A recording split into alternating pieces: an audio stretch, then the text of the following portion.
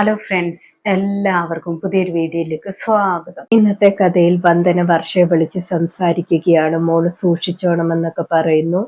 വർഷ അപ്പോൾ പറയുന്നുണ്ട്, എനിക്കൊരു കുഴപ്പവുമില്ല, ഞാൻ സന്തോഷമായിട്ടാണ് ഇരിക്കുന്നതെന്നൊക്കെ പറയുന്നു. വർഷ കുറച്ചു നേരം കൂടി വന്ദനയോട് സംസാരിച്ചിട്ട് ഫോൺ വെക്കുന്നുണ്ട്.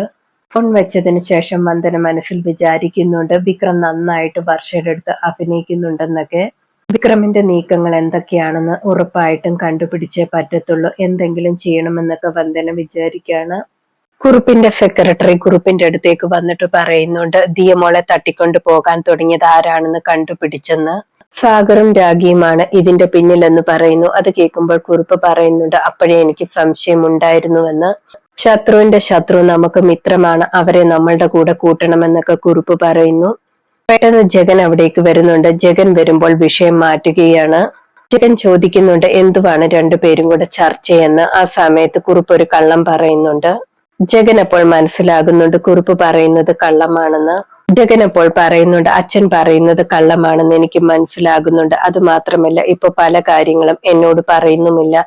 അതെന്താണ് കാര്യമെന്ന് ജഗൻ ചോദിക്കുന്നു. കുറുപ്പ് അപ്പോൾ പറയുന്നുണ്ട്, ചെറിയ കാര്യങ്ങൾ ഞങ്ങൾ തന്നെ പരിഹരിക്കുകയാണ് ചെയ്യുന്നതെന്ന്. നീ എപ്പോഴും എന്റെ കൂടെ ഉള്ളത് എനിക്ക് ധൈര്യമാണ്, നീ അർജുനന്റെ ബുദ്ധിയുള്ളവനല്ല എന്നൊക്കെ പറഞ്ഞ് ജഗനെ പുകഴ്ത്തുന്നുണ്ട്. ജഗൻ പോയി കഴിഞ്ഞിട്ട് കുറുപ്പ് സെക്രട്ടറിയോട് പറയുന്നുണ്ട്, വന്ദനയുടെ നീക്കം എന്താണെന്ന് നിരീക്ഷിക്കണമെന്നൊക്കെ. വന്ദന പുതിയ വക്കീലിനെ വെച്ച് കേസുമായിട്ട് മുന്നോട്ട് പോയാൽ പ്രശ്നമാകുമെന്നൊക്കെ കുറുപ്പ് പറയുന്നു. വന്ദനെ ആളെ വെച്ച് നിരീക്ഷിച്ചോളാമെന്നൊക്കെ സെക്രട്ടറി പറയുന്നുണ്ട്. ശേഷം കാണിക്കുന്നത് വന്ദന അമ്പലത്തിൽ പോയിട്ട് വരികയാണ്. വന്ദന അമ്പലത്തിൽ നിന്നും വന്നിട്ട് മുത്തശ്ശിയോടും ചന്ദ്രികയോടും ദിയമോളോടും എല്ലാവരോടുമായിട്ട് പറയുന്നുണ്ട്, ഞാൻ ഒരാളെ കണ്ടിരുന്നുവെന്ന്. ആ സ്ത്രീ എന്നോട് പറഞ്ഞത് നല്ല ഒരു ഓർത്തോ ഡോക്ടർ ഉണ്ടെന്നാണ്, പല അസുഖങ്ങളും ചികിത്സിച്ചു മാറ്റിയിട്ടുണ്ടെന്നാണ് പറഞ്ഞത്. ദിയമോളെ ആ ഡോക്ടറിനെ കൊണ്ട് കാണിച്ചാലോ എന്ന് വിചാരിക്കുകയാണെന്നൊക്കെ പറയുന്നു. മുത്തശ്ശി അപ്പോൾ പറയുന്നുണ്ട്, ദിയമോൾക്ക് ട്രീറ്റ്മെന്റിന് കുറഞ്ഞത് 1,00,000 രൂപയെങ്കിലും ആകത്തില്ല എന്നൊക്കെ. അതിനുവേണ്ടി വന്ദന എന്ത് ചെയ്യുമെന്നൊക്കെ ചോദിക്കുകയാണ്. വന്ദന അപ്പോൾ പറയുന്നുണ്ട്, എനിക്ക് ചെറിയ സാലറി മാത്രമേ ഉള്ളൂ എന്ന്. അത് വെച്ച് എന്റെ ചെലവും ദിയമോളുടെയും ബിനുവേട്ടന്റെയും ചെലവും എല്ലാം നടത്തേണ്ട ബാധ്യത എനിക്കാണെന്നൊക്കെ പറയുന്നു. മുത്തശ്ശി അപ്പോൾ പറയുന്നുണ്ട്, രാജീവ് സാറിന്റെ സ്വത്തുക്കളെല്ലാം സൈൻ ചെയ്ത് കൊടുത്തില്ലായിരുന്നെങ്കിൽ ഈ സിറ്റുവേഷൻ വരില്ലായിരുന്നു എന്നൊക്കെ. വന്ദന അപ്പോൾ പറയുന്നുണ്ട്, അങ്ങനെ ചെയ്തില്ലായിരുന്നെങ്കിൽ ഇപ്പോൾ ദിയമോൾ ജീവനോടെ കാണില്ലായിരുന്നുവെന്ന്. ചന്ദ്രിക അപ്പോൾ പറയുന്നുണ്ട്, ദൈവത്തിന്റെ കണക്ക് ബുക്കിൽ ഈ കണക്കൊക്കെ എഴുതി വെച്ചിട്ടുണ്ടാകും, അതിനെല്ലാം ദൈവം തന്നെ വഴി കണ്ടെത്തുമെന്നൊക്കെ. ചന്ദ്രിക പറയുന്നുണ്ട്, ദിയമോളുടെ കാര്യത്തിൽ അമ്പലത്തിൽ വെച്ചല്ലേ ഒരു സ്ത്രീമോളോട് ഈ കാര്യം പറഞ്ഞത്, അതുകൊണ്ട് ദിയമോളുടെ കാര്യത്തിൽ പരിഹാരം ഉറപ്പായിട്ടും ദൈവം തന്നെ കാണിച്ചു തരും. ഞാനൊരു കാര്യം മോളോട് പറയാം, നീ എന്റെ കൂടെ വരാനെന്ന് പറയുന്നു. വന്ദനയും കൂട്ടിയിട്ട് ചന്ദ്രിക റൂമിലേക്ക് പോകുന്നുണ്ട്. ശേഷമാണെങ്കിൽ ഒരു സ്വർണമാല എടുത്ത് കയ്യിലേക്ക് കൊടുക്കുകയാണ്.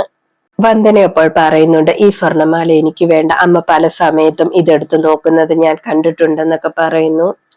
ചന്ദ്രിക അപ്പോൾ കല്യാണം കഴിഞ്ഞ സമയത്തെ കാര്യങ്ങളൊക്കെ ഓർക്കുകയാണ്, ഇറക്കി വിട്ട കാര്യമൊക്കെ ഓർക്കുകയാണ്. ചന്ദ്രിക പറയുന്നുണ്ട്, കല്യാണം കഴിഞ്ഞ സമയത്ത് ആദ്യമായിട്ട് മാധവേട്ടൻ എനിക്ക് വാങ്ങി തന്നതാണെന്നൊക്കെ. വന്ദന അപ്പോൾ ഈ മാല വേണ്ടെന്നൊക്കെ പറയുന്നുണ്ട്. ആ സമയത്ത് വന്ദനയുടെ ചേച്ചി വസന്ത അവിടേക്ക് വരുന്നുണ്ട്. വസന്ത പറയുന്നുണ്ട്, ഇവിടെ ആ അനാഥ കൊച്ചിന് ട്രീറ്റ്മെന്റിന് വേണ്ടി ഈ സ്വർണം എടുക്കാൻ പറ്റത്തില്ല എന്നൊക്കെ. എനിക്ക് 2 പെൺകുട്ടികൾ ഉള്ളതാണ്, അവർക്ക് അവകാശപ്പെട്ടതാണെന്നൊക്കെ പറഞ്ഞ് ബഹളം വെക്കുകയാണ്.